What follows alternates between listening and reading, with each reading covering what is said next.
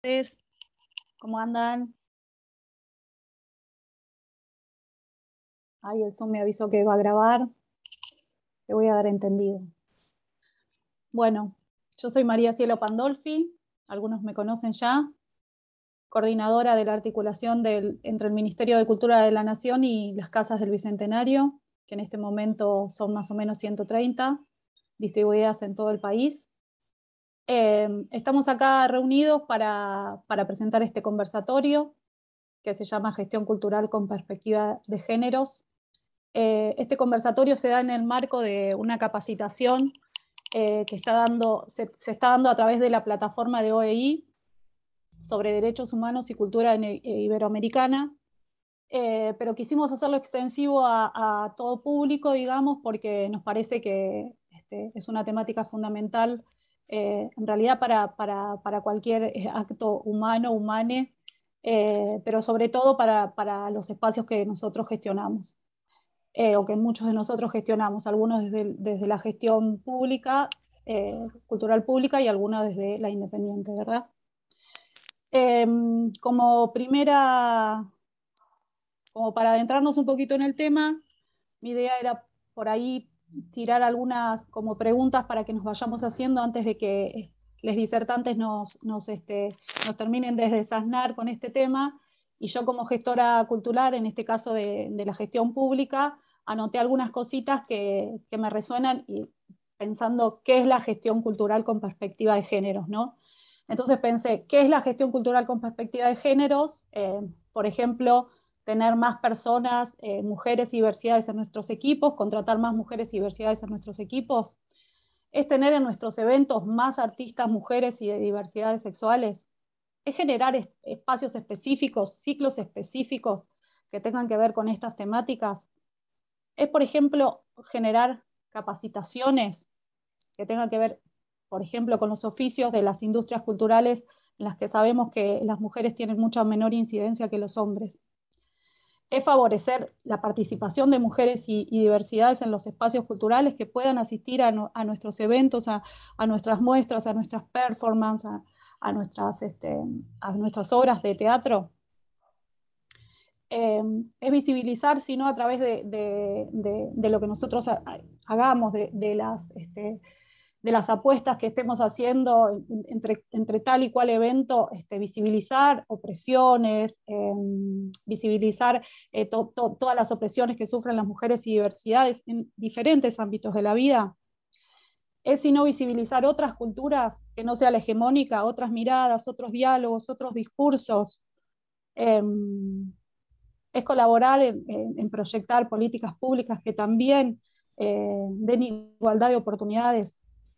Y por último, como última así comentario, es incomodar de alguna manera.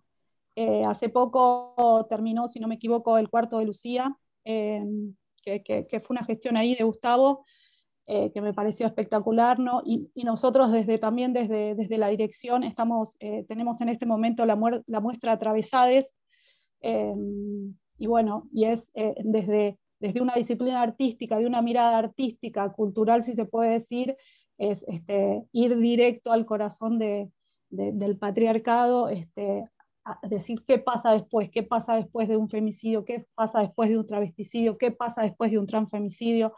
Bueno, les recomiendo las dos, creo que la de Gustavo ya terminó hace poquito, Atravesades todavía está, la muestra Atravesades todavía está en la Casa del Bicentenario de Avellaneda.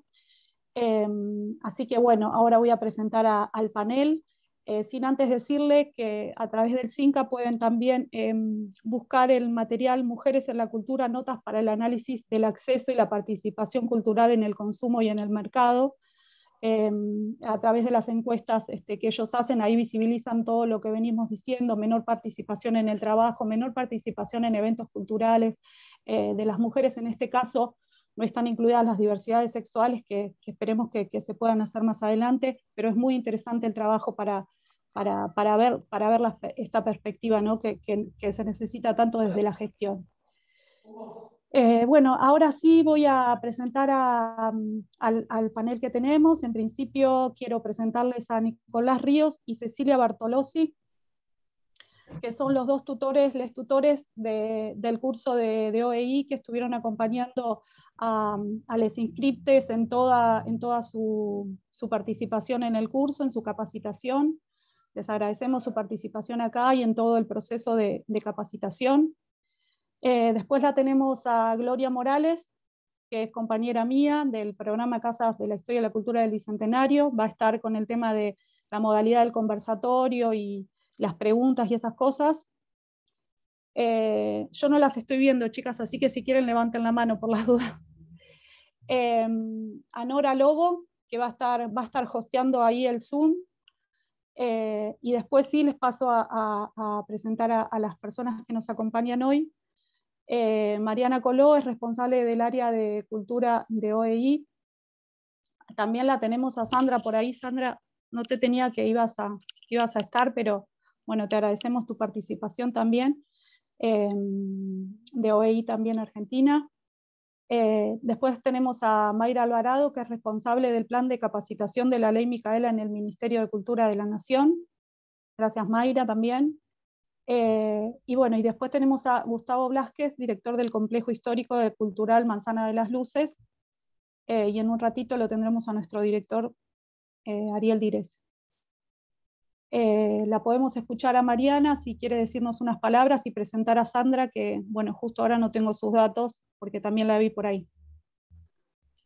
Bueno, ok, gracias Cielo, arranco yo entonces. Bueno, buenas tardes, mi nombre es Mariana Coló y estoy a cargo del área de cultura de OEI Argentina. Y bueno, en estos días estamos transitando la recta final de la formación en Derechos Humanos y Cultura en Iberoamérica, que organizamos junto al Ministerio de Cultura de la Nación. Este es un curso virtual de 4 meses para trabajadores y trabajadoras de las casas del Bicentenario.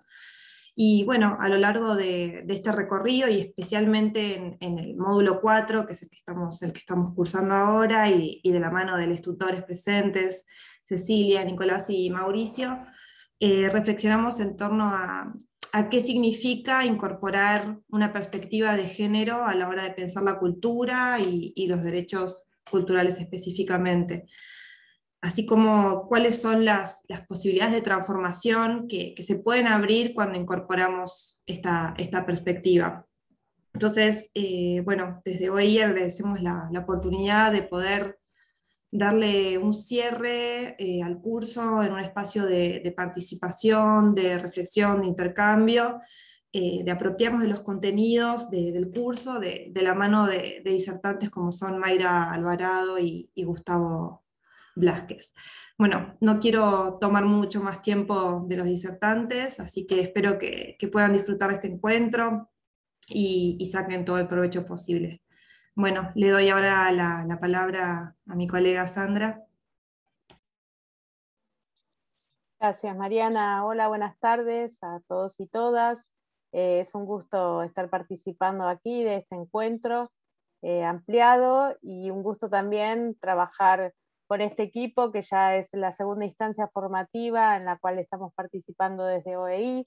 El primero fue vinculado a la gestión cultural en el ámbito local, bueno, específicamente sobre derechos humanos y cultura en Iberoamérica, así que para nosotros es un gusto enorme. Traigo el saludo de nuestro director, Luis Escaso, de la oficina de aquí de Buenos Aires, de la OEI, y bueno, yo solamente decir que estoy a cargo del área de formación y de TIC aquí en la oficina de Buenos Aires, y por ello estoy presente. Gracias a todos y todas por estar aquí, a Mayra y a Gustavo por estar participando. Muchísimas gracias.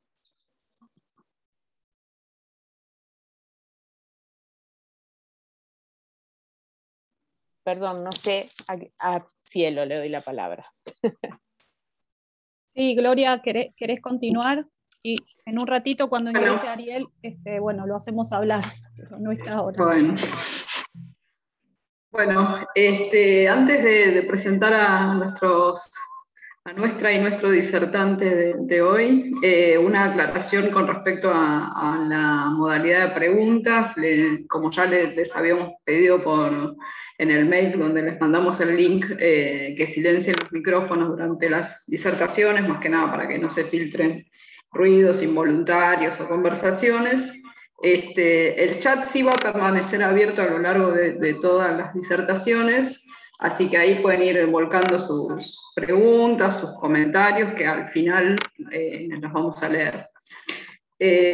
Así que bueno, y al final los que quieran preguntar también pueden usar la función de levantar la mano en el menú de participantes. Le vamos a ir dando la palabra en función de cómo se hayan logueado. Igual creo que todos están logueados con sus nombres, así que no va a haber problemas. Bueno, dicho esto, pasamos entonces a presentar a nuestra primera disertante de hoy, Mayra Alvarado. Ella es licenciada en Ciencias de la Comunicación de la Facultad de Ciencias Sociales de la Universidad de Buenos Aires, en donde también es docente. Es diplomada en Educación Sexual Integral por la Facultad de Filosofía y Letras de la UBA, y en Ciencias Sociales con mención en Género y Políticas Públicas, de Flaxo. Y hoy es como había mencionado Cielo, hoy es la responsable del plan de capacitación de la Ley Micaela dentro del Ministerio de Cultura de la Nación. Mayra, te damos la palabra. Bienvenida y muchas gracias por contar con vos en esta charla. Bueno, ahí se escucha, ¿cómo están todos? ¿Se escucha bien? Sí. Bueno, en principio, por supuesto, festejo y agradezco este espacio y la invitación y también las posibilidades que nos da la virtualidad para estar con compañeros de diferentes espacios, de diferentes provincias, que me parece que eso es súper interesante. Y por otro lado, también por la posibilidad de poder presentar y contar algunas de las experiencias que venimos desarrollando en particular en el Ministerio de Cultura. Ahora voy a contarles un poquito más cómo fui ordenando eso. Voy a tratar de contar algunas experiencias más generales porque me parecía que después va a compartir Gustavo la experiencia de la manzana, que supongo que ahí va a relatar y va a detallar mucho más cómo vienen laburando ahí, pero sobre todo me parecía que este encuentro también habilita y nos permite profundizar un poco la articulación, ¿no?, entre los actores y los espacios que venimos trabajando desde las políticas culturales, también para pensar ahí colectivamente, ¿no?, cómo y qué significa hacerlo desde una perspectiva de género, desde una perspectiva de diversidad. Ahí cuando Cielo presentaba y planteaba alguna de las preguntas, me las fui anotando. No sé si tengo tantas respuestas, pero era alguna de las cuestiones que también yo me preguntaba y reflexionaba para traer un poco acá. En realidad un poco mi propuesta es primero traer algunas reflexiones más generales en torno a lo que propone este encuentro. Y después sí compartir algunas experiencias, o mejor dicho, algunas líneas de trabajo que venimos desarrollando en el Ministerio. Y obviamente, como hizo Cielo también, en este sentido, y para iniciar, lo primero que creo que es fundamental traer es, bueno, la pregunta de qué significa, o en todo caso, a qué nos estamos refiriendo cuando hablamos de gestión cultural, de políticas culturales, desde una perspectiva de género y diversidad. En principio, y cuando hablaba Cielo también lo pensaba, creo que no existen respuestas únicas y que tampoco existen respuestas cerradas, ¿no?, a esas preguntas. Lo que intenté fue hacer algunas aproximaciones a respuestas, teniendo en cuenta obviamente un poco el recorrido de lo que venimos haciendo, que es una de tantas experiencias. En principio pensar que desde el sector cultural, desde los espacios culturales, también desde las organizaciones, es crucial incluir el enfoque de género, el enfoque de diversidad, tanto para pensar la propia organización de los espacios, ¿no?, de los propios equipos, como también para pensar cómo están atravesadas nuestras acciones, nuestros programas, nuestras políticas desde estas perspectivas. Y entonces ahí un poco lo que empezaban a desandar era bueno, efectivamente, en principio, pensar que la gestión con perspectiva de género tiene dos dimensiones, ¿no? Como hacia el interior de nuestros espacios y hacia nuestra gestión y las propuestas que hacemos desde allí, ¿no? Y cuando pensaba esto, también avanzaba en esta idea de que un poco para llegar a pensar, bueno, efectivamente la gestión con perspectiva de género, un poco lo que es necesario también es un cierto pasaje, ¿no? Del problema de la agenda pública a la agenda institucional, ¿no? La agenda de las problemáticas de género, de las problemáticas LGTB+, digo, tienen un largo recorrido gracias a los movimientos, gracias a las calles, en torno a la agenda pública. Pero me parece que el gran desafío del último tiempo tiene que ver con, bueno, ponerlo en juego en lo que es en la agenda institucional, ¿no? Y en este sentido, pensar y abordar la gestión haciendo foco en estas problemáticas también es un modo de asumir nuestra responsabilidad y nuestra convicción para transformar estos escenarios desde nuestros espacios, ¿no? Por ejemplo, pensaba en particular en el Ministerio de Cultura, bueno, parte de nuestros objetivos, efectivamente y explícitamente, tienen que ver con promover cierta pluralidad de voces, el reconocimiento de diversidades culturales y de género, ¿no? Y entonces, ahí el desafío tiene que ver con, bueno, para llevar adelante esto, poder conocer determinado estado de situación, conocer cuáles son las desigualdades que se están poniendo en juego, ponernos objetivos, ¿no? Y empezar a construir determinadas alianzas para empezar a transformar desde nuestros espacios estas realidades, ¿no? En relación a, sobre todo, pensando en el rol del Ministerio de Cultura y en torno a este organismo, también, por supuesto que en este contexto, la creación del Ministerio de las Mujeres, Géneros y Diversidad, la conformación también del Gabinete Nacional para la Transversalización de las Políticas de Género, digo, terminan de expresar en este momento histórico en particular cierta voluntad de transformar las políticas de género y las políticas de diversidad en políticas de Estado, que además cuando empezamos a pensar que estas cuestiones sean políticas de Estado, también implica entender que tiene que trascender a los gobiernos y que justamente el desafío está en poder sentar bases para garantizar la continuidad, la estabilidad institucional. Y ahí, y me lo anotaba también lo que se comentaba al principio, porque era algo que yo creo que se pone en juego ahí. Creo que la gran pregunta para lograr este desafío, ¿no? De garantizar la continuidad y garantizar cierta estabilidad tiene que ver con esa pregunta o cierta paradoja que aparece, que tiene que ver si, bueno, ¿qué hacemos? Tenemos que generar espacios específicos que se encarguen de estas temáticas y que tengan la potestad de laburar sobre las cuestiones de género, sobre las cuestiones de diversidad, o por el contrario, ¿no? Todo debe estar atravesado, tenemos ese desafío de que todo esté atravesado por estas perspectivas, ¿no?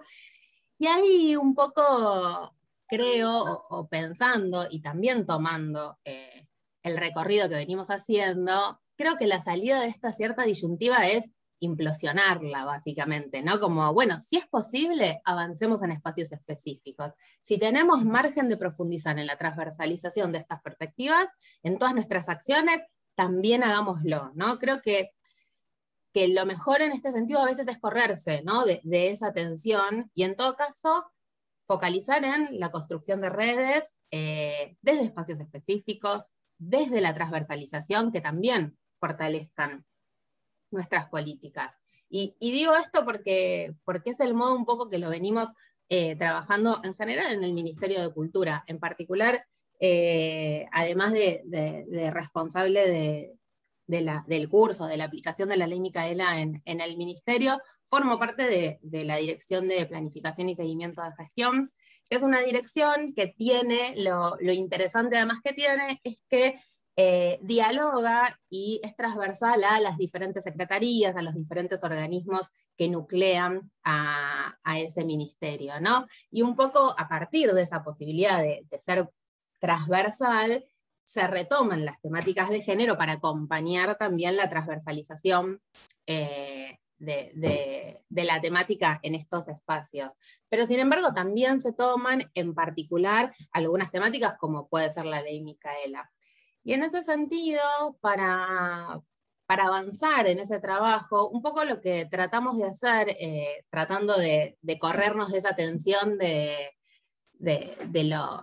espacio particular o la transversalización, fue ponernos grandes ejes de trabajo, ¿no? Que me parece que, fueron ejes que nos pusimos nosotros en este organismo, pero creo que puede pensarse también para otros espacios y para otras instancias de gestión, que fueron en principio la necesidad de producir datos y de sistematizar información con perspectiva de género, ¿no? La necesidad de desarrollar indicadores de gestión, que es lo que nos permite entender el estado situacional del que se parte, ¿no? Que es lo que nos permite definir metas, líneas de acción, las herramientas que necesitamos, los recursos, los dispositivos para lograr, ¿no?, incorporar estas políticas en nuestras acciones.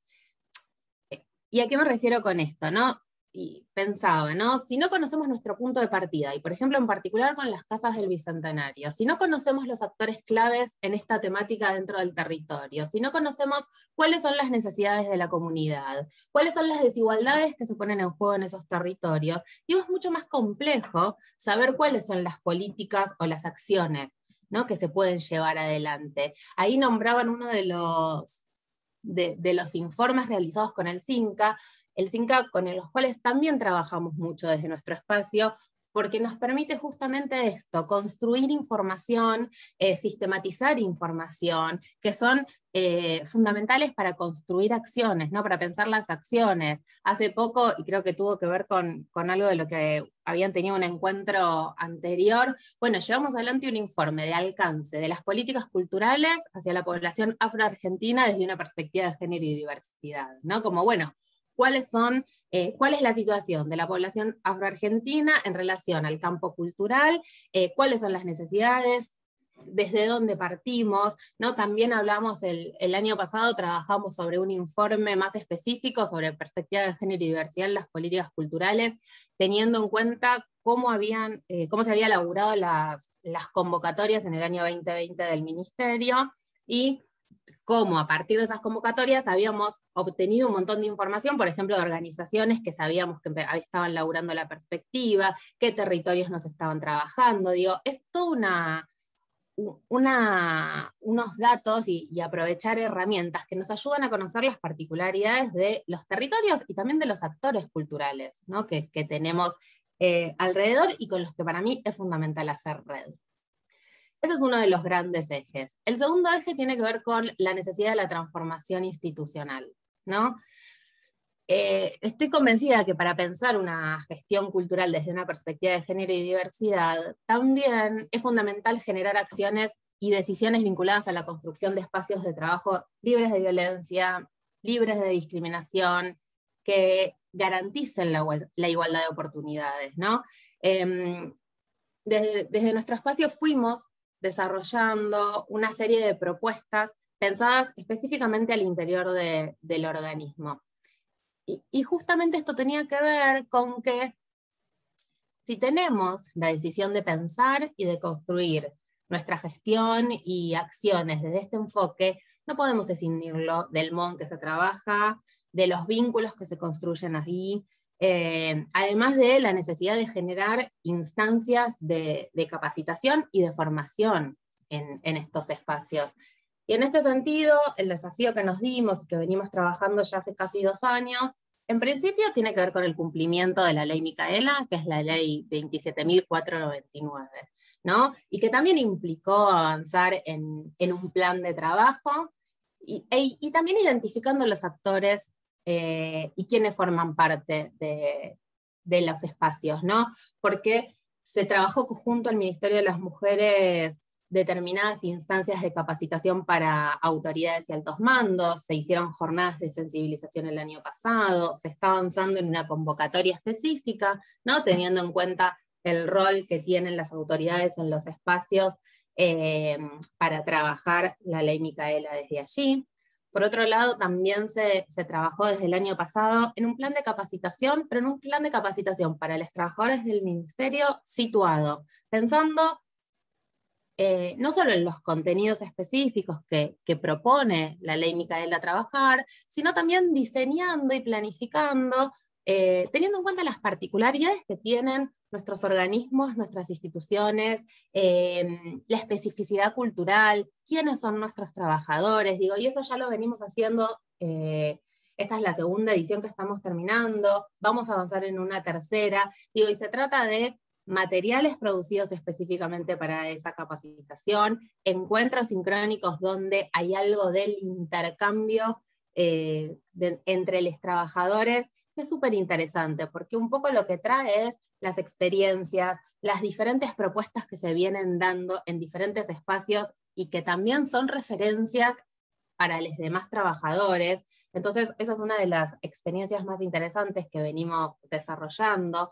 También avanzamos para pensar en esta idea de la transformación institucional en cuestiones vinculadas a organizar lo que tienen que ver con equipos de orientación al interior de los espacios, pensar en protocolos, digo, también lo pienso en otros espacios que no sean necesariamente organismos públicos, pero la necesidad de generar herramientas dentro de las instituciones, nos permite, digo, pensar todas estas cuestiones, no de maneras aisladas, sino que es un modo de, bueno, de qué manera nos constituimos como espacio, cómo entendemos que hay que trabajar, cómo son los vínculos que queremos fomentar, digo, y esto tiene que estar pensado necesariamente también cuando planteamos que vamos a trabajar y vamos a gestionar desde una perspectiva de género y una perspectiva de diversidad. Voy a tomar agua. Y el último eje, un poco que yo me armaba ahí cuando pensaba un poco qué compartir en el espacio, por supuesto que tiene que ver ahí sí con, bueno, cuáles son las acciones y los contenidos que vamos a generar, a producir, que nos permiten disminuir brechas de género, que nos permiten abordar temáticas vinculadas a violencias, que nos permiten incorporar enfoques vinculados a lo LGTB+. Digo, tiene que ver con, bueno, cuáles van a ser, ¿no? Las políticas públicas que vamos a desarrollar, que incorporen estas perspectivas, tanto en sus contenidos, tanto en sus materiales, tanto en sus lineamientos propuestos, digo, como en sus convocatorias, como también cuando hablamos, ¿no?, de transferencia directa. Y ahí trataba, ¿no?, de hacer ahí un recorrido de algunas de las propuestas que se vienen trabajando desde diferentes áreas del ministerio, ¿no?, que tenían que ver con este tipo de abordaje, ¿no? Y pensaba, bueno, desde Nosotras Movemos el Mundo 2020 hasta Nosotras Movemos el Mundo 2021 federal, donde además abrimos la propuesta del Nosotras Movemos el Mundo a diferentes puntos del país, a diferentes espacios, diferentes instituciones que no necesariamente tenían que ver con instituciones que sean, que formen parte del ministerio, sino organismos o organizaciones o instituciones que armaban red, que estaban pensando desde los espacios culturales estas temáticas. Este año, por ejemplo, se lanzó la primera diplomatura en gestión de proyectos culturales LGBTI+, se avanzó también en capacitaciones a referentes de las organizaciones de los puntos de cultura, también en contenidos como pudieron ser Estamos en Línea 144, que eso fue desarrollado por el Centro Cultural Kirchner junto al Ministerio de las Mujeres.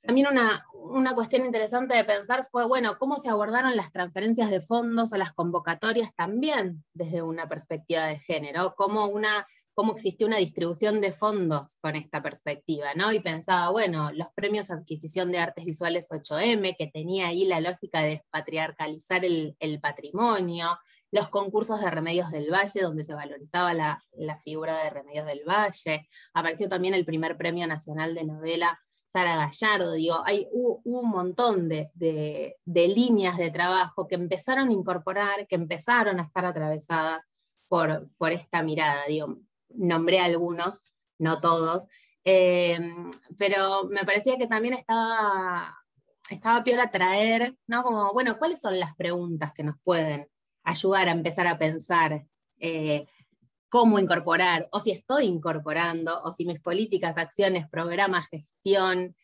recuperan esta mirada de género y diversidad, ¿no? Y pensaba algunas como, bueno, ¿cuáles son las temáticas que abordamos? ¿A quiénes convocamos, ¿no? Para nuestras propuestas? ¿Cuáles son las voces que empiezan a aparecer? ¿Cuáles son las historias, ¿no? que aparecen allí? Cuando a veces pensamos en exhibiciones, bueno, ¿de quiénes son esas obras? Cuando pensamos en convocatorias, bueno, ¿cuáles son los criterios, ¿no? que ponemos en juego ahí para la selección en esas convocatorias, por ejemplo, ¿no?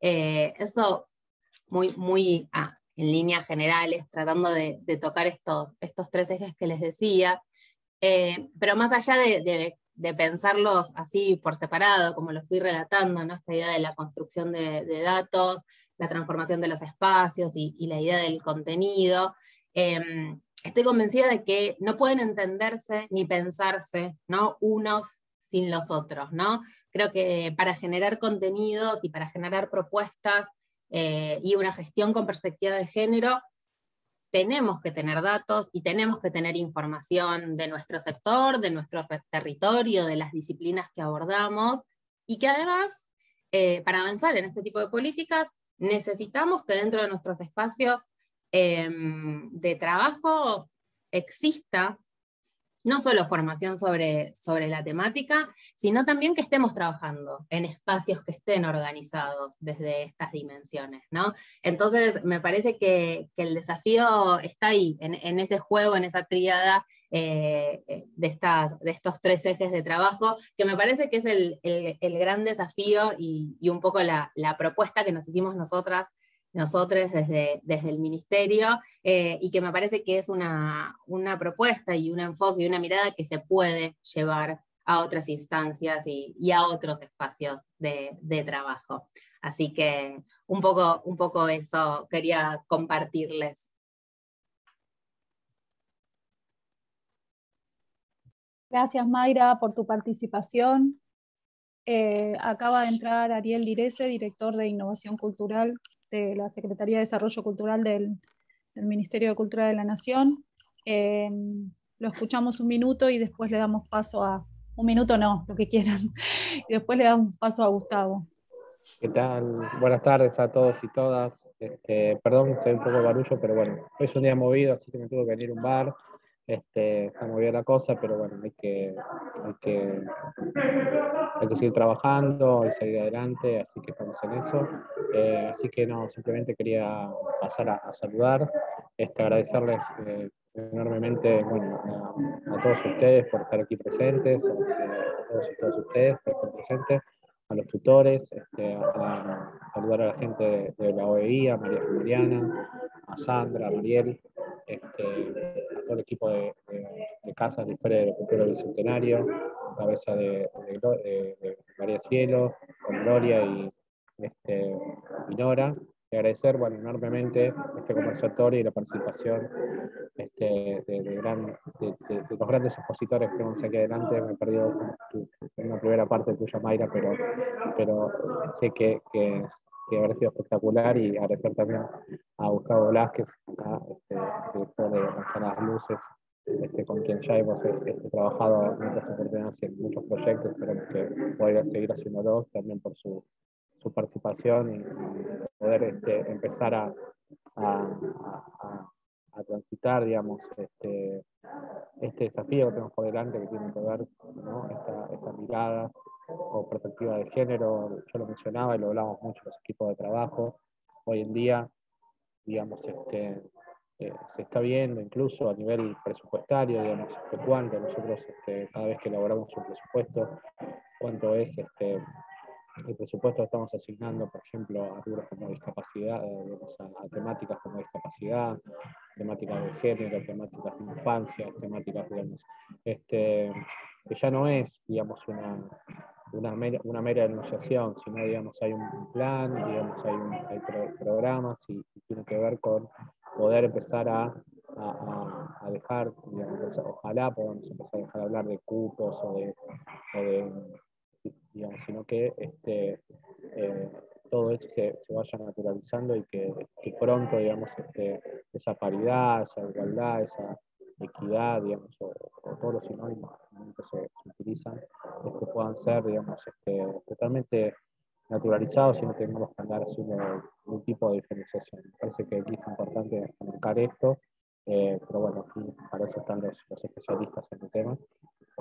Yo también aprendo diariamente, digamos, somos una generación donde tal vez no tuvimos, digamos, en las escuelas primarias, en secundario,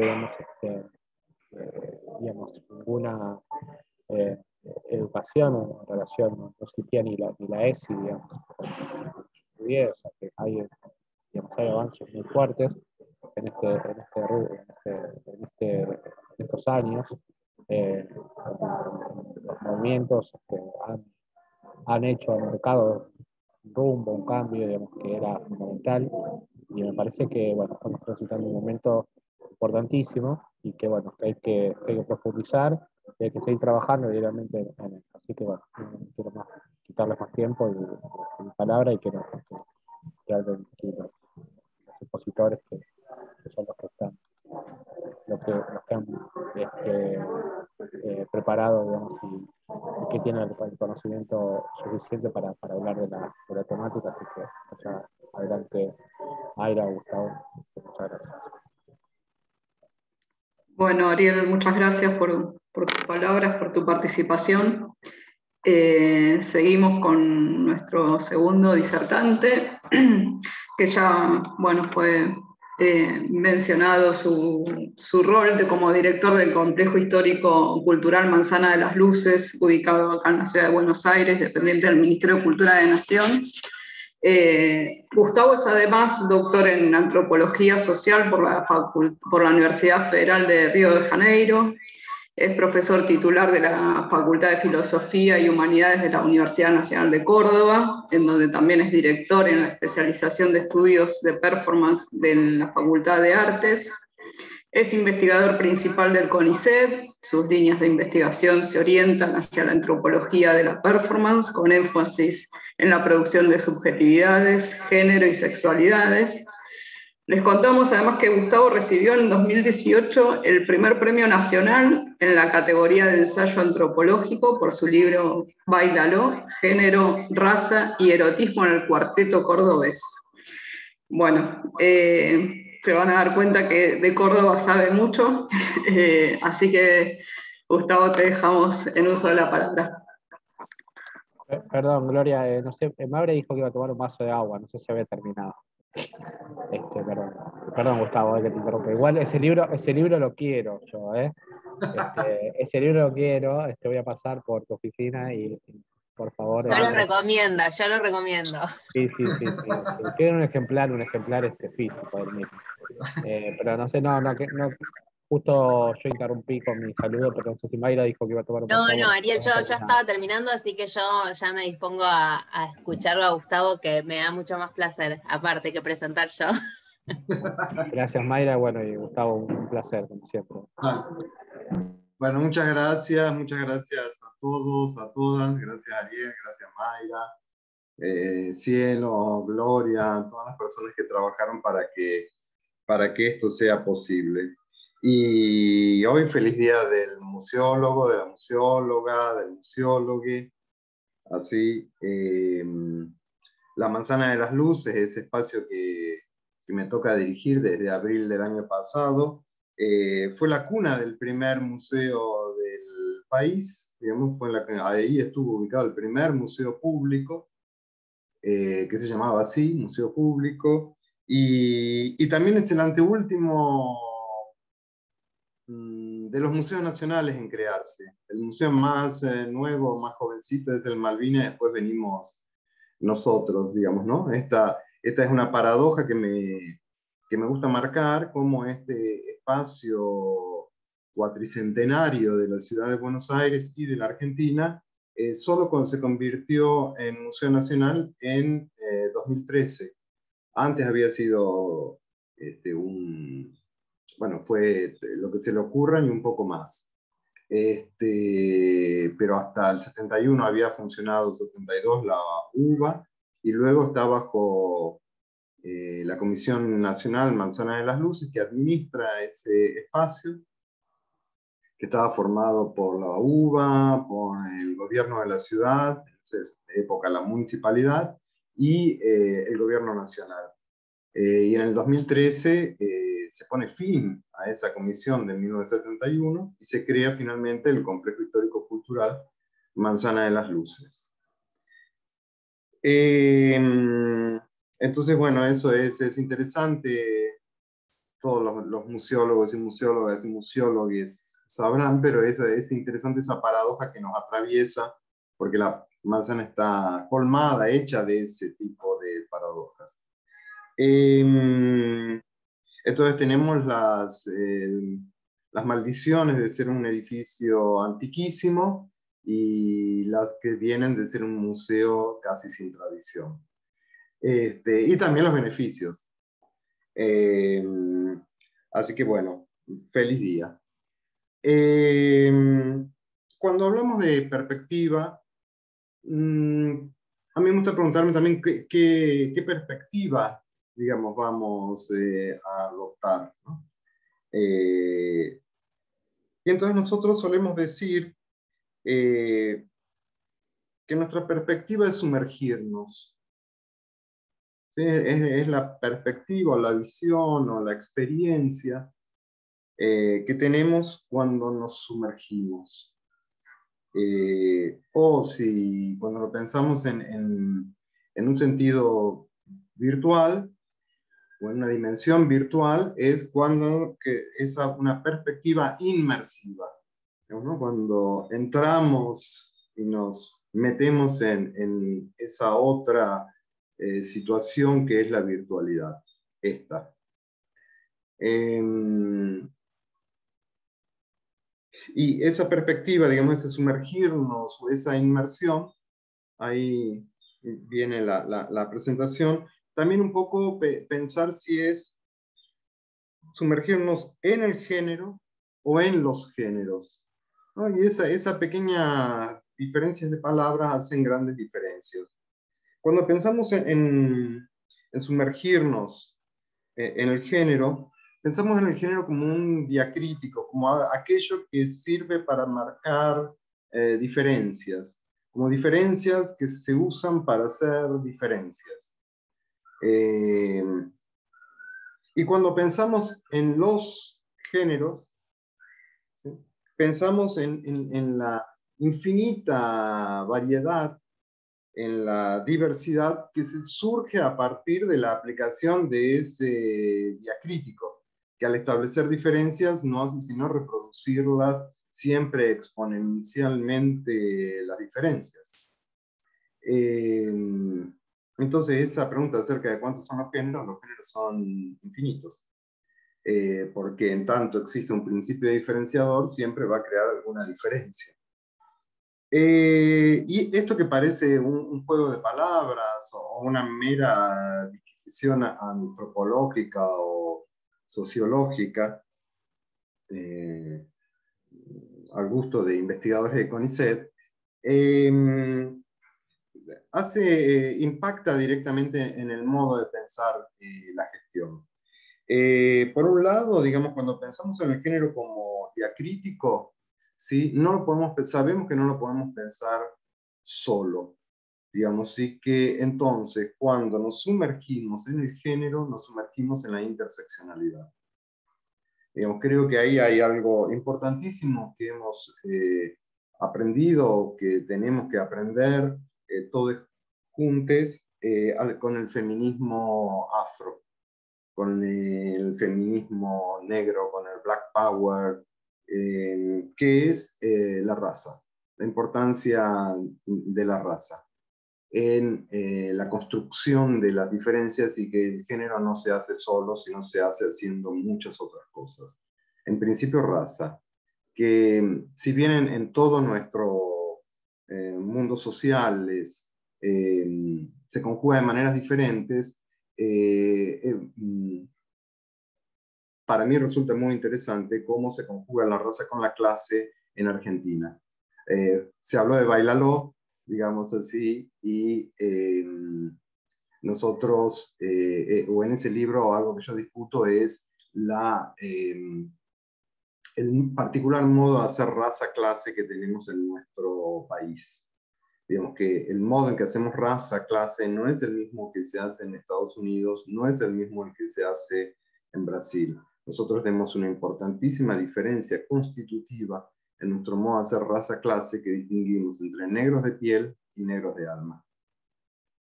Y esa diferencia, digamos, esa interseccionalidad particular, le da un color local fundamental a el modo de hacer género, raza, clase en Argentina.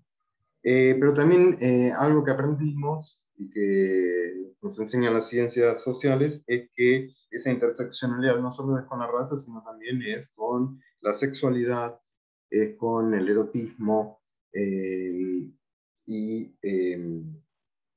no podemos pensar género escindido de sexo, escindido de deseo, de clase y de raza, por poner unos poquitos ingredientes a este curry picante, muy picante, que produce continuas diferencias sociales y desigualdades y subalternidades.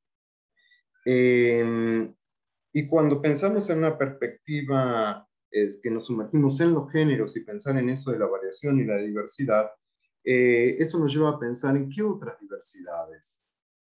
¿Sí? Entonces, algunas que nosotros nos proponemos pensar en la manzana, y ahora ya voy a pasar al PowerPoint, es pensar en la diversidad religiosa, digamos, cómo nuestro país está hecho de religiones, y las religiones hechas de religiones y de interpretaciones y de muy diferentes modos de relacionarse con algo llamado sentido experimentado como lo sagrado. Y también las diversidades que tienen que ver con con la morfología somática, con las formas que tiene nuestro cuerpo, con nuestra propia corporalidad, nuestra propia carnecita, digamos, ¿no? Las formas de sentir, de pensar, la forma de estar en el mundo, las cuestiones que tienen que ver con las diversidades perceptuales, las diversidades a la hora de moverse, digamos, todo ese mundo que se llama discapacidad, o que se le pone el nombre de discapacidad, y que mis amigos y amigas cordobesas y cordobeses con mucho tino resignifican con el nombre de disca. Son personas ciegas, sordas o con problemas motores que se autodenominan disca, en un gesto muy parecido al de queer, que del insulto se pasa a la categoría que se porta con orgullo. Entonces, digamos, eso nos lleva, se dan cuenta, a pensar en dos dimensiones que, si bien están relacionadas, tienen unas diferencias. ¿Sí? Entonces, a partir de eso, digamos que sería como el currículum oculto, sería aquello que está orientando nuestras acciones, nuestras políticas. Ese sería nuestro concepto. Es que planteamos una serie de acciones y activaciones, llamando acciones aquello que hacemos hacia adentro del museo. Ese adentro y afuera es relativo, pero quiero decir, aquello que hacemos con el museo como institución, como lugar de trabajo, como lugar de trabajo, como un espacio administrativo, como un espacio de Estado. Es un lugar donde se hace Estado, y donde el Estado se hace y produce. Entonces allí, digamos, estamos muy interesados en poder conseguir una política de baños unisex. y hemos tratado de llevar adelante esas políticas en las limitaciones materiales que permite un edificio, un monumento histórico de 400 años. Y lo mismo con baños para personas discapacitadas. Lo hemos logrado muy poquito. Tenemos confianza en lograrlo muchísima. Lo mismo con la incorporación de personal. También estamos deseosos de que el cupo laboral trans se haga realidad en los museos, en la contratación de nuevo personal en los museos, y estamos ávidos de entrar en poder recibir, alojar, incorporar a nuestro personal diversidades, sujetos diversos. Y también, que es en lo que más podemos hacer, es en la contratación, de tener una política de contratación que privilegie a minorías, que privilegie a sujetos subalternizados, a artistas del colectivo LGBTIQ+. Eso tiene que ver, digamos, con esas acciones, que es lo que hacemos con el museo como institución. Por otro lado, tenemos algo que llamamos activaciones, digamos, que es aquello que hacemos para quienes vienen al museo, ¿sí? Y entonces ahí sí, si querés, podemos pasar la primera de las diapos del Power. Entonces, esta fue la primera actividad presencial que pudimos hacer en su momento, en noviembre del año pasado, que esas activaciones tuvieron que ver con honrar a María Remedios del Valle, madre de la patria, un espacio muy particular, como era la Manzana de las Luces, que está íntimamente ligado con su historia, con la historia de María Remedios y con la historia de las poblaciones afro en Buenos Aires, en Argentina, iniciamos entonces, instalamos este altar a María Remedios del Valle, que duró 4 domingos y que fue producido junto con el colectivo, personas del colectivo afro. Si pasamos a la próxima, ahí se puede ver alguito. Luanda fue nuestra gran curadora musical. Con Luanda aprendimos en un recital que todo festival de música negra sin artistas negros es racismo. Entonces entendíamos que toda programación afro sin la participación activa del colectivo afro es racismo. Entonces eso es una de nuestras acciones, de nuestras guías importantes. ¿Podemos pasar la otra? Ahí están los altares que fuimos armando en cada una de las columnas, pusimos un africanismo. Esto se repetía en las redes, entonces tomamos 8 términos africanistas, 8 africanismos, milonga, mucama, chongo, etc. Y le pedimos a intelectuales del colectivo afro, que eran todas ellas mujeres, cis o trans, eran todas mujeres, que nos escribieran, digamos, que escribieran un texto mucho más largo que el que encontraba el visitante, pero que podía acceder al texto completo en nuestras redes a través del código QR. Y instalábamos pequeños altares en cada uno a esas palabras que alimentan nuestra lengua y que vinieron en los barcos esclavistas, con objetos que formarían parte de una ofrenda que tuviera que ver con las poblaciones afrodescendientes. Entonces había agua, había flores, había porotos, o sea, había legumbres, había papas, había mandioca, había tierra. Y nosotros agregamos manzanas. Si pasamos a la próxima. También, digamos, en esta idea de organizar ciclos específicos, nosotros trabajamos con un concepto al mes. Todos los meses tienen un concepto que guía nuestra acción. En noviembre es afro, en marzo es mujeres, y todas las actividades, tanto virtuales como presenciales, apuntan a trabajar ese concepto y toda la cadena significativa significante que ese concepto abre. Entonces, hacemos un evento, mensualmente planteamos un tipo de evento que llamamos Manzana, que sería una performance. Yo prefiero llamarlo una instala-acción, porque es una instalación, ponemos los dispositivos para que se accione, para que se produzca algo.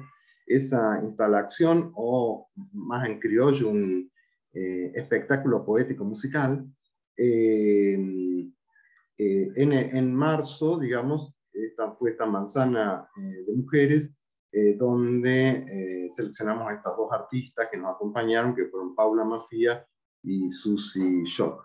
¿Podemos pasar a la próxima? ¿Sí? Ahí, bueno, ahí ven algunas imágenes de esos recitales hechos con protocolos, con separaciones, con cuidados, con todo aquello que tuvimos y debemos seguir teniendo para cuidarnos. La próxima. Ahí la vamos pasando. Bueno, ahí está Paula. Digamos, fueron una noche súper espectacular, maravillosa, digamos así, y esta idea de armar ciclos específicos, dar lugar, contratar, dar trabajo a esas personas, digamos, que pertenecen a colectivos subalternizados. Eso para nosotros es una acción positiva, hay una discriminación positiva, y eso creo que es necesario que el Estado tenga estas acciones de discriminación positiva para que corrija los mismos males que el Estado produce. Porque hay patriarcado, pero hay un Estado patriarcal. Entonces, ¿cómo revertir el Estado patriarcal? ¿Podemos pasar?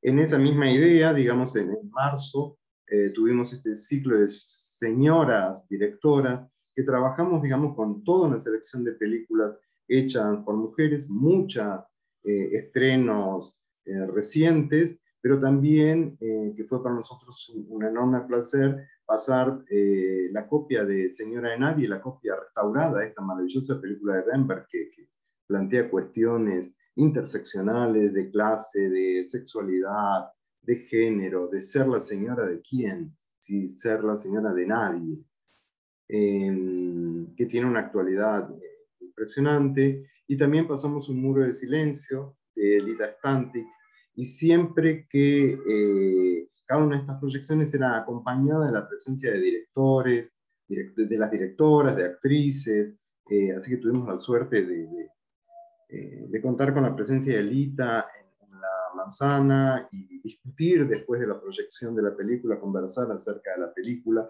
Entonces, todo esto son una serie de acciones, de actividades que apuntan a esto, a visibilizar la producción de las mujeres, a visibilizar mujeres cis, mujeres trans, a visibilizar esas subjetividades, esas producciones, esas realidades, esas historias, y dar lugar a las productoras. ¿Sí? Pasamos la próxima.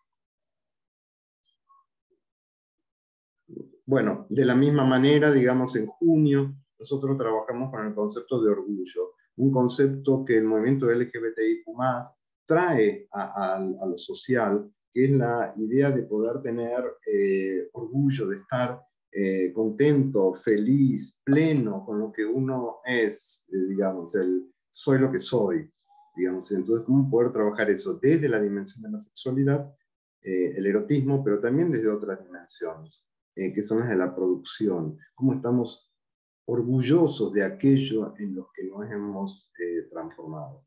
En ese cine en línea, porque estábamos en el momento de pandemia, propusimos un montón de film. Todos los miércoles tenemos un ciclo de cine online, que cuando puede ser presencial es presencial, con películas fundamentales en una cinematografía LGBTIQ+. Aquí también hay una acción de armar ciclos específicos, de visibilizar colectivos. ¿Podemos pasar? En esta idea de manzanas que venía comentándoles, de estas celebraciones para bueno, fue el domingo 6, pero digamos tiene que ver con el 1 de diciembre, Día Mundial de la Lucha contra HIV-Sida, organizamos esta manzana roja, estos eventos poéticos musicales siempre se llaman manzana y tienen algo que los va calificando: manzana afro, manzana marrón, manzana roja, manzana Hanukkah, manzana chilena y otras que están viniendo. Entonces, nuevamente, digamos, trabajar en esta idea de celebrar, de visibilizar problemáticas que afectan a colectivos específicos, que afectan a la sociedad toda, digamos, ¿sí? ¿Pasa? En esa manzana, bueno, tiene un mensaje fundamental que es indetectable igual a intransmisible, un mensaje que debe ser socialmente mucho más desarrollado e impuesto de lo que lo tenemos, y que consistió en una serie de lecturas.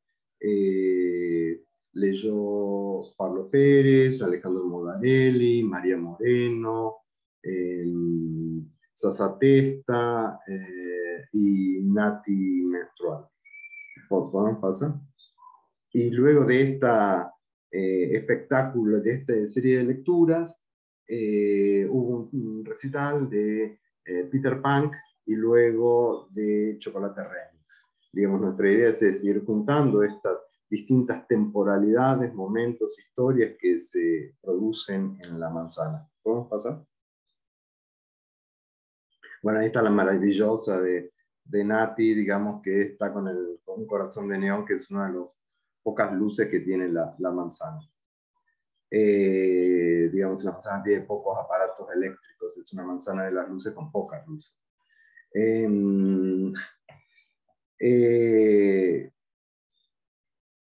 Quiero decir, ninguna de estas actividades, y eso también lo tenemos que pensar, dejan de tener consecuencias. La cantidad de haters, la cantidad de personas odiantes que colocan mensajes tremendos en nuestras redes, que nos insultan, que piden mi renuncia, personas que han llegado a decir que públicamente en el Facebook, en Instagram, que como alguien que estudió cuarteto puede dirigir un lugar histórico como ese. Bueno, digamos, no es gratis. ¿Sí? Sumergirse no es gratis. Bueno, eso me parece que también es una dimensión a tener en cuenta cuando aplicamos, llevamos a cabo una política de género, cuáles son las consecuencias para nosotros, cuáles son las políticas del cuidado que tenemos hacia nosotros y nosotras como hacedores de esas políticas. ¿Podemos pasar a la próxima? Bueno, y esta es la muestra más reciente, digamos que fue la primera muestra, en verdad, que pudimos desarrollar en la manzana, que fue el cuarto de Lucía, que no es una muestra, que es tampoco es una exposición, era la propuesta de una experiencia, es una activación plena de la conciencia y la acción antipatriarcal, es eso, el arte contra la violencia femicida, travesticida, que fue una maravilla, fue un espacio de reunión, a ver, ¿cómo explicarlo? Un espacio de amor, de profundo amor.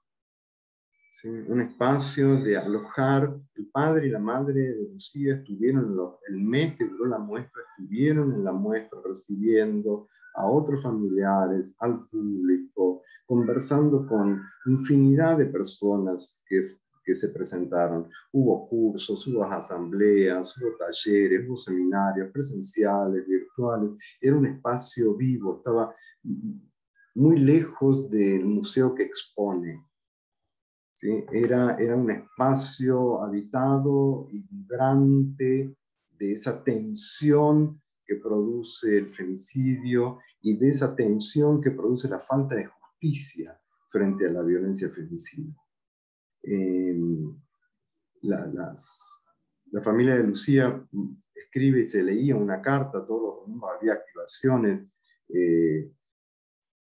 artísticas. Y la familia decía, todo femicidio es evitable. Y todo acto de justicia, yo diría que también todo acto de justicia patriarcal es evitable. Y eso es algo por lo que debemos trabajar, y el cuarto activaba. El cuarto movía a que fuéramos hacia esa dimensión.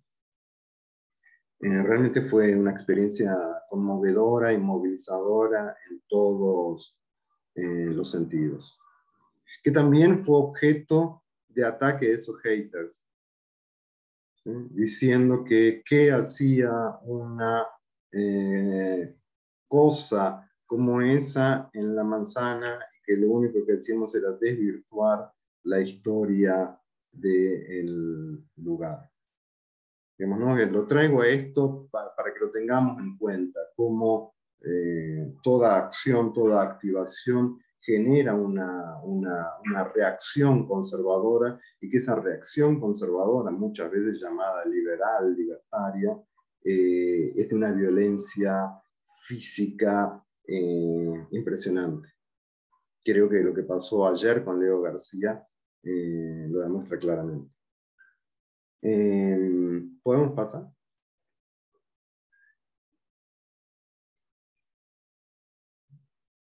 Bueno, aquí está, digamos, les decía que todos los domingos había activaciones. Este es el papá y la mamá de Lucía. Entonces, hablaban, comentaban, contaban, y luego había lecturas. La piel de lava, perdón, leían, tocó Susi, yo, tocó Lula Bertoldi, las óperas queer, digamos, hubo variados de personas que no iban allí a ofrecer un show, no era esto un show, era una activación, era activar conciencias, era mediante el arte hacer vibrar corazones, cabezas, y traernos, digamos, a la atrocidad del femicidio y a la atrocidad mayor, que es la de la falta de justicia.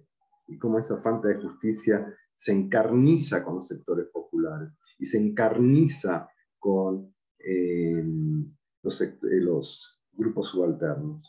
¿Cómo pasa? Bueno, aquí se podía ver el cuarto de Lucía, digamos, que era la reproducción del cuarto con objetos, algunos eran copias, otros eran objetos, los objetos del cuarto, tal cual ese cuarto lo dejó Lucía por última vez.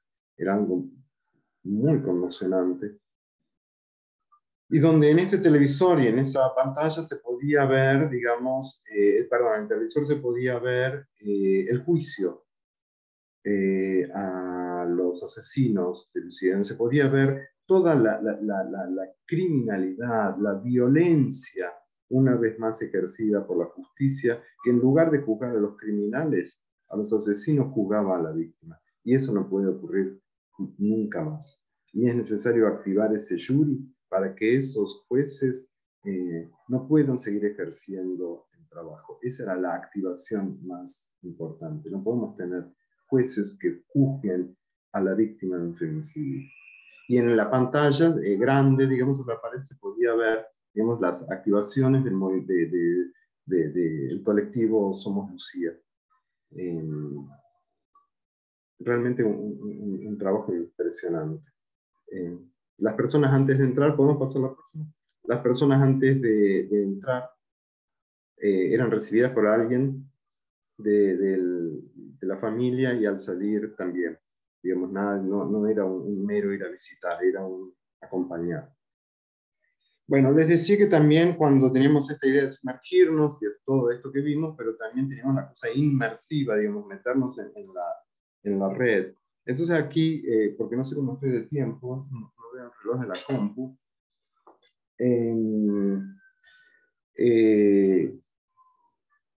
retomamos esta idea del museo público, de un nuevo museo público de la Manzana de las Luces, que tiene muestras. Es este museo público que es solo virtual, que está permanentemente, se puede acceder a estas muestras a través de la página web, Lo que ese museo trata de recolectar, el patrimonio por el que se preocupa es por el patrimonio afectivo. Es un museo de emociones. Es un museo que tiene que ver con sentimientos. Entonces hay fotos, pero estas fotos siempre van a estar acompañadas de un relato de la persona que aparece fotografiada o del que encontró la foto, digamos, hablando de las emociones y los sentimientos en relación con ese momento fotografiado. Entonces, para el mes del orgullo, digamos, organizamos este brillante orgullo, esta muestra de brillante orgullo que puede verse, curada por Daniela Brolo y por Antara Wells. Antara Wells es la primera reina drag queen nacional, que se elige todos los 9 de julio en Tucumán. Entonces, con la curación de Daniela y de Antara, nuevamente esta idea de hacerlo con los colectivos, con los grupos y fundamentalmente con una perspectiva federal. Que eso nos parece, a todos nos parece fundamental.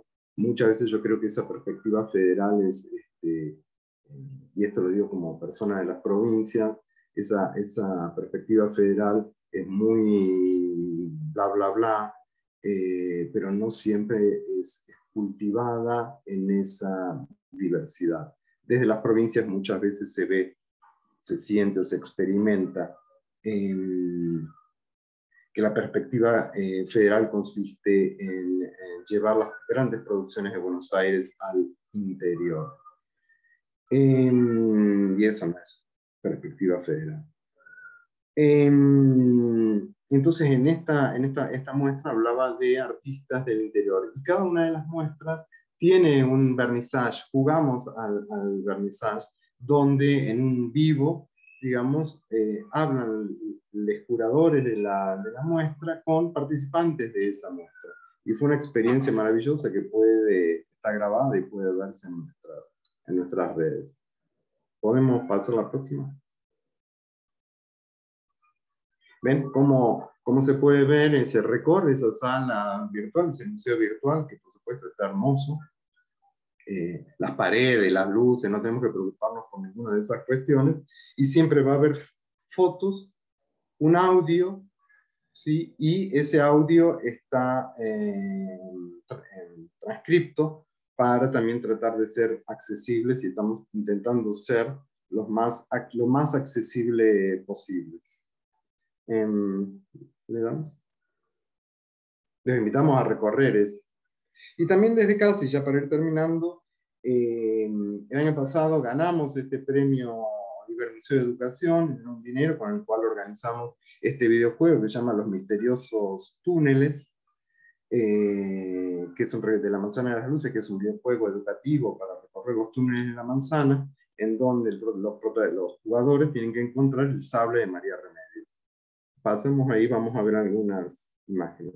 Y ahí, bueno, elegimos en esto, nuevamente en dar visibilizar, etc. Elegimos a un personaje que va a ser una nena que se llama Nati. Y se llama Nati por Nati Menstrual, porque Nati Menstrual es quien hace el primero que vive en inmediaciones de la manzana. Segundo, porque Nati es quien le puso voz a la segunda parte de este premio, que es una visita 360 inmersiva en los túneles, que va contando la historia de los túneles. Y entonces, esta es la pequeña Nati visitando los túneles. Y se va encontrando con una serie de personajes que le hacen preguntas. Bueno, un videojuego educativo. Y en la selección de esos personajes es que buscamos que hubiera igualdad, que hubiera representación. Nos pusimos a buscar mujeres que tuvieran que ver con la manzana de las luces. Eduarda Mancilla, la niña Expósita, en vez de niños Expósitos, la niña Expósita. Ahí vamos a ver otros. ¿Podemos pasar? Una actriz que su padre le hizo un juicio para que no actuara. ¿Sí? Personajes reales, no son ficcionales. Sí, podemos pasar. Martina Céspedes. Son todos los personajes con los que se va encontrando Nati en los túneles. Pasemos. También hay varones, digamos así. Una sublevada de Oruro, entonces siempre tratamos de visibilizar, por ejemplo, siempre se habla de los sublevados de Oruro, pero no se da cuenta de las mujeres que había. Hubo mujeres entre ellos y tuvieron un lugar importante, entonces, digamos, cultivar esta perspectiva de género. ¿Pasamos? ¿Sí? Y encontrarse con María Remedios. ¿Sí? La próxima. Bueno, y ahí más o menos, no sé si está más o menos bien de tiempo, perdón. No veo la hora. Creo que estamos bien, ¿no? Espero no haberme pasado. Sí, Gustavo, estamos bien de hora. Bien.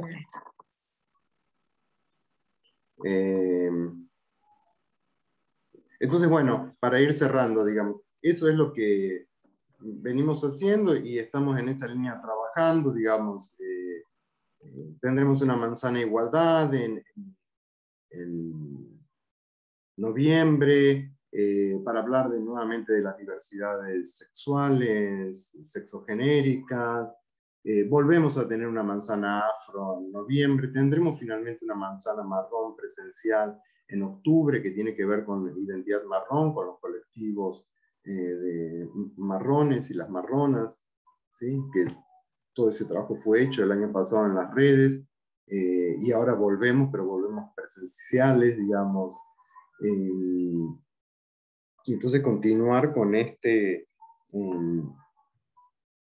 conjunto de activaciones que implican estos ciclos específicos y otros que no lo son, en la contratación de personas que pertenezcan a colectivos, a trabajar con esos colectivos. Fundamentalmente, creo que el sentido más importante o la idea, el concepto más sentido con el que nos manejamos es el de dejarnos habitar.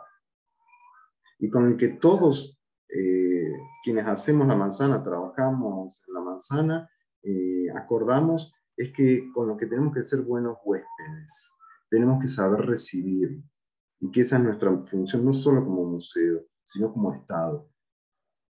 ¿No? Que tenemos que ser un Estado que sepa recibir, que sepa alojar, que sepa cuidar, que lo haga, que efectivamente lo ejercite en el día a día. Desgraciadamente no podemos modificar cuestiones arquitectónicas que impiden el ingreso de personas con movilidad reducida. Eso nos da mucha vergüenza, mucha vergüenza. No sabemos cómo resolverlo. Porque son intereses patrimoniales que muchas veces son intereses patriarcales. ¿Sí? Hay que ver cómo se relaciona patrimonio y patriarcado. ¿Sí? Hay un patrimonio, patriarcado, que nos impide volar un escalón que no estaba pensado en su momento. ¿Sí? Que con el objetivo de preservar, de conservar, inhabilita el acceso, porque es conservar para quién, conservar para quiénes. Pero bueno, esa es otra discusión, ¿sí? Pero que es una diferencia entre antropólogos y arquitectos. Bueno, no sé, muchísimas gracias.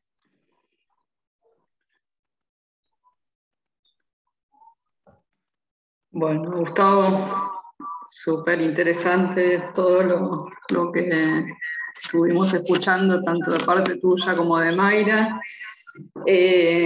Hubieron comentarios en el chat, así que bueno, vamos a leer algunos de esos comentarios antes mientras ustedes piensan o reelaboran o formulan sus preguntas, vamos a leer algunos de esos comentarios que estuvieron poniendo en el chat. Bueno, como dijo mi compañera Gloria, ¿cómo están? No tuve la oportunidad de decir hola, Pero bueno, les leo algunos comentarios. Soledad mencionaba lo fundamental que es la transversalización de la perspectiva de género en las instituciones, y bueno, lo importante de darle a las mujeres y a las diversidades su participación en los espacios culturales. Bueno, mujeres, diversidades históricamente invisibilizadas. Carlos mencionaba que desde un primer punto lo importante es crear un espacio dentro de las instituciones para trabajar con la perspectiva de género, seguir avanzando nuevas metas para el buen desarrollo de las propuestas. Soledad mencionaba en relación a lo que decía Gustavo y los comentarios de gente que odia, que sucede también en Centenario, mucho odio y resistencia. Bueno, Verónica mencionaba lo motivadoras que son las propuestas y movilizadoras, que creo que coincidimos todos, todas.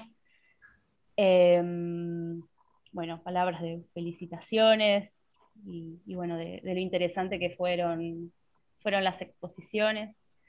Y bueno, les invitamos a todos, todas, que si quieren levantar la mano, abrir los micrófonos, dejar sus consultas, preguntas en el chat, las y los leemos.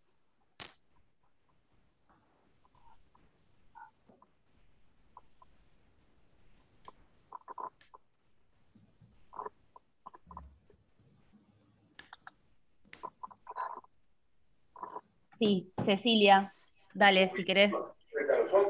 No sabía por dónde se levantaba la mano. Tengo preguntas para ambos. Para Gustavo, hermosa todas las propuestas.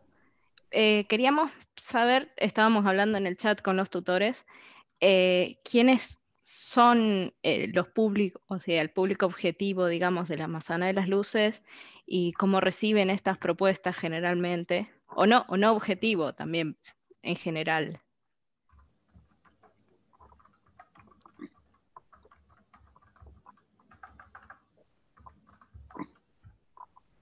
No sé cómo hacemos, vamos respondiendo así. Sí, Gustavo, sí, por Ok. favor. Gracias. No sabía esa dinámica.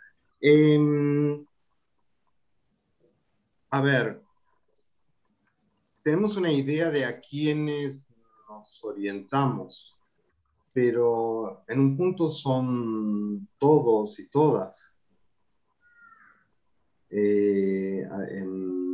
Claro que hay actividades que sabemos que interesan más a unes que a otros, artistas que interesan a unes y a otros, pero buscamos tener un equilibrio, por ejemplo, entre géneros musicales, entre propuestas cinematográficas, desde que vayan desde lo nuevo a lo clásico, cinematografías nacionales e internacionales, artistas de tango. Yo algo que no mencioné es patio de tango, que es otra de las actividades de la Manzana, que el patio de tango de las mujeres, que era un fuego total, era Lidia Borda, poesía, bla, bla, bla, bla, era un fuego. No lo pudimos hacer porque llovió, y cuando lo reprogramamos volvió a llover, y luego se cerraron las instituciones, digamos, entonces, entonces hay todo, ahí hay un público que no es el mismo que va a ver a Sudor Marica cuando organizamos la Manzana de Carnaval.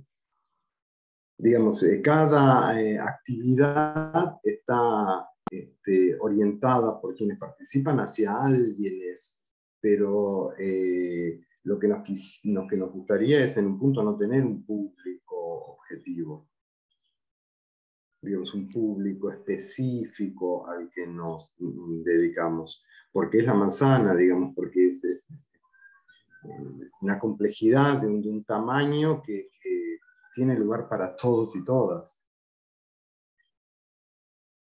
¿Sí? Es por actividad, pero tampoco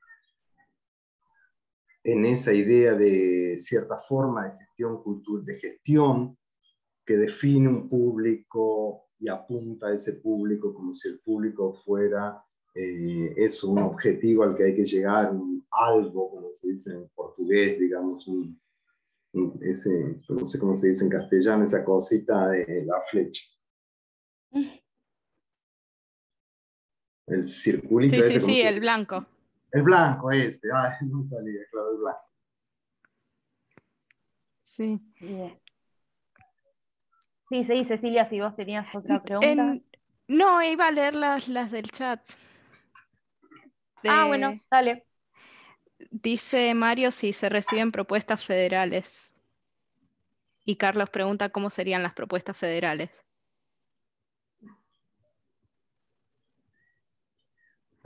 Para mí, sí, a ver, ¿cómo serían las propuestas federales? Creo que las propuestas no son federales, las propuestas pueden ser federalizantes,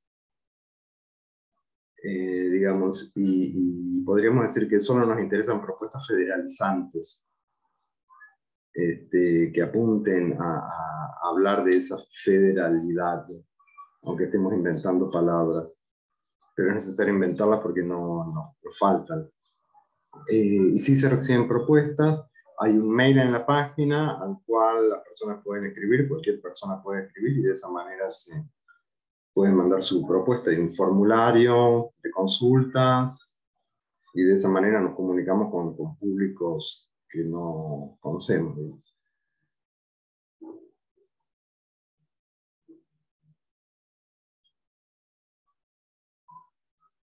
Bueno, ahí algunos estaban preguntando dónde va a quedar grabada la charla. Se va a retransmitir, creo que es el viernes por la tarde, igual ya les pasaremos el link y toda la comunicación al respecto. Y bueno, va a quedar grabada también en el canal de YouTube del Ministerio de Cultura. No sé si alguien más tiene alguna pregunta para volcarla en el chat o para abrir sus micrófonos, sean bienvenidos a hacerlo.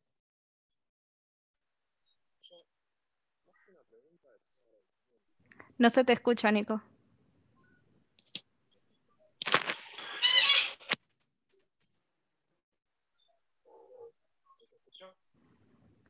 Bueno, síganlo, configuro bien el... Ahí sí, ahí sí.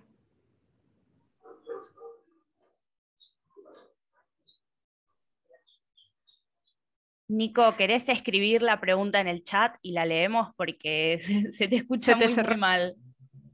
Sí. Ahí lo corregí.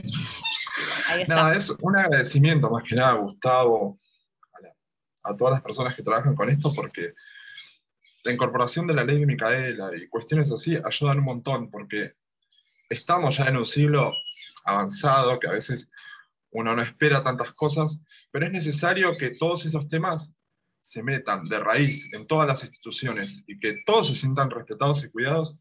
En experiencia propia, en infinidades de veces tuve que esconder mi forma de ser, la llamada pluma, para que no te peguen, para conseguir un trabajo, para hacer algo. Y es como, hoy en día, no sé, tengo casi 30 años y a veces tengo que seguir haciéndolo de alguna forma, pero no por una cuestión de... Sino es que ya no lo quiero ni hablar eso, ¿viste? Y es como... Es miedo, ¿viste? Es miedo porque la gente reacciona mal. Y bueno, justo comentaban lo de Leo García, perdón, pero se me vienen un montón de cosas. No sé, un montón de compañeros militantes que ya no están y, no sé, también lo dejaron todo y siempre con amor. Le hicieron de todo, pero siempre desde el amor. No sé, la verdad que agradecido con todo eso porque... No voy a llorar. Hoy en día, no, pero sí, hoy en día se necesita más que nunca. Así que bueno, gracias a todos. Eso, gracias, eternas.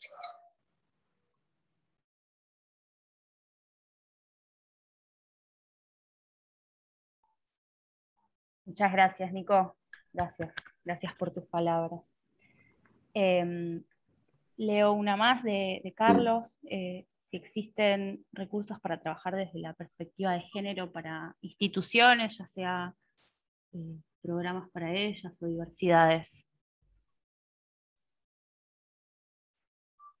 Y en relación a esa pregunta, una de las cosas que no había nombrado, pero que sí se desarrollaron también desde el Ministerio de Cultura, es una guía para espacios culturales, para trabajar desde la perspectiva de géneros y diversidad, que lo hizo la Dirección de Formación Cultural junto al Ministerio de las Mujeres, así que después eso, si quieren, lo podemos articular para que se pueda compartir quizás con la instancia del curso.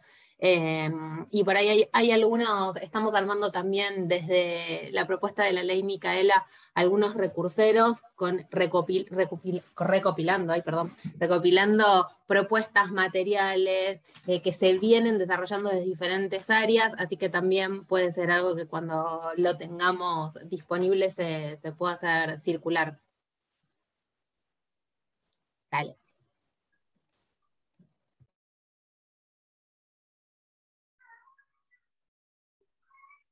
Sí, por favor, Mayra, pasanos después, así lo compartimos con todas las casas.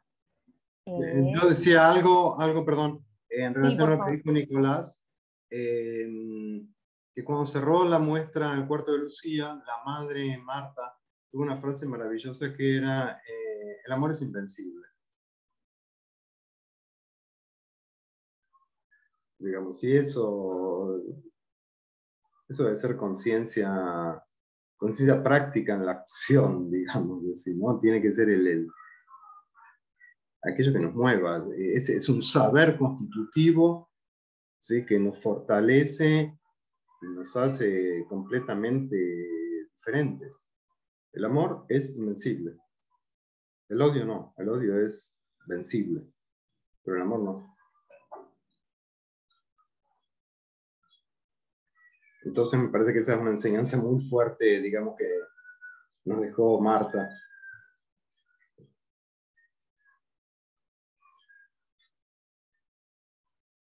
Gracias, Gustavo. Leo una pregunta más que está en el chat. Soledad quería preguntar por qué, a pesar de las batallas ganadas desde las calles y también desde el Estado, se siguen produciendo resistencias ante estas políticas.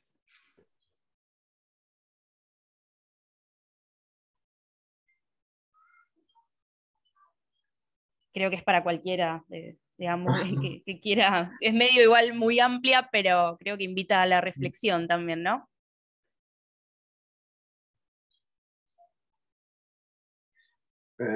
A ver, Walter Benjamin, un filósofo judío alemán, decía que el estado de excepción es la regla y que el enemigo no ha dejado de vencer.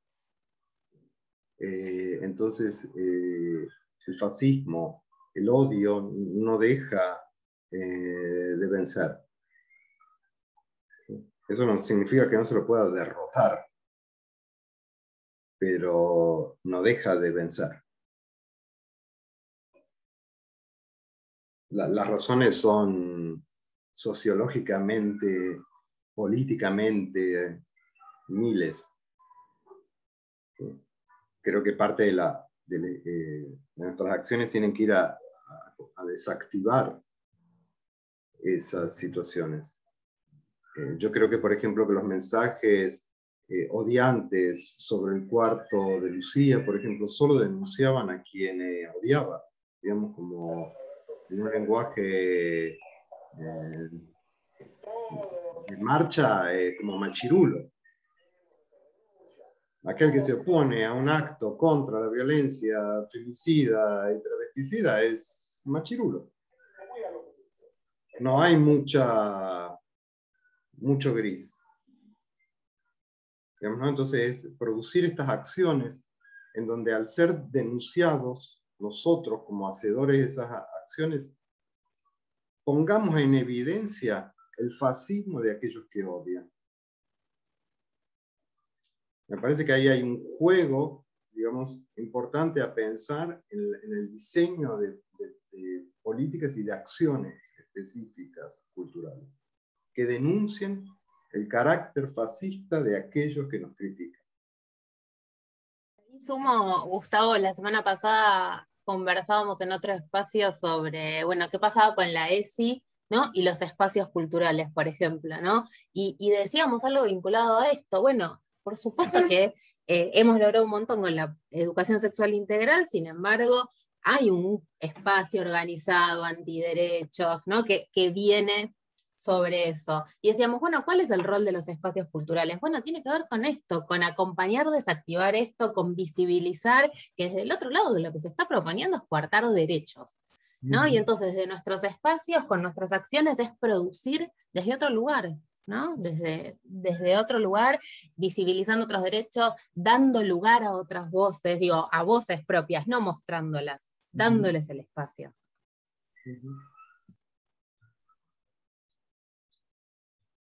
Tal cual como lo mencionan ahí, mi compañera Gloria compartió información sobre la muestra fotográfica de Atravesados, que, bueno, no sé si la pudieron ver, ahora está en el Centro Cultural Mercado de Avellaneda, y también está, creo, o estaba en el Museo Evita, y en vínculo con el darle el espacio a esas voces, esta es una muestra que pone el foco en los testimonios medio en primera persona de los familiares de las víctimas de violencia de género. Es muy interesante justamente el enfoque que se da. Nada, si pueden mirar, es muy, muy interesante la obra. Bueno, por otro lado, bueno, agradecimiento de muchas personas por las exposiciones, muy rico y potenciador todo lo que ambos presentaron. No sé si alguien más quiere volcar alguna pregunta en el chat, o abrir su micrófono, levantar la mano. Todavía tenemos un minutito más.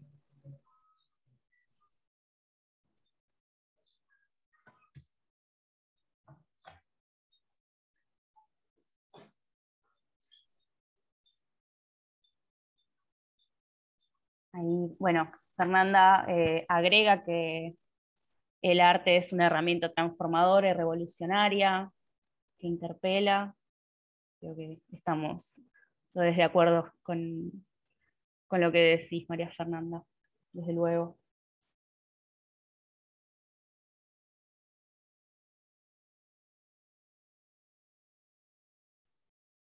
Bueno, si nadie más tiene algo para agregar, nos despedimos, cerramos. No sé si Cielo, Gloria, las chicas, si quieren decir algo más, pero por mi parte, que bueno, estoy sin cara hoy, pero muy agradecida por esta oportunidad, esta instancia de intercambio. Y bueno, muchas gracias a todos, todas. Bueno, sí, gracias a todos. Gracias Mayra, gracias Gustavo, gracias Ariel también por apoyar todas estas iniciativas, por ser un jefe copado. Sí, que siempre nos apoya en todas, por lo menos en todo lo que es perspectiva de género desde la dirección. Estamos haciendo varias cosas con las casas del Bicentenario, estamos muy orgullosos de eso.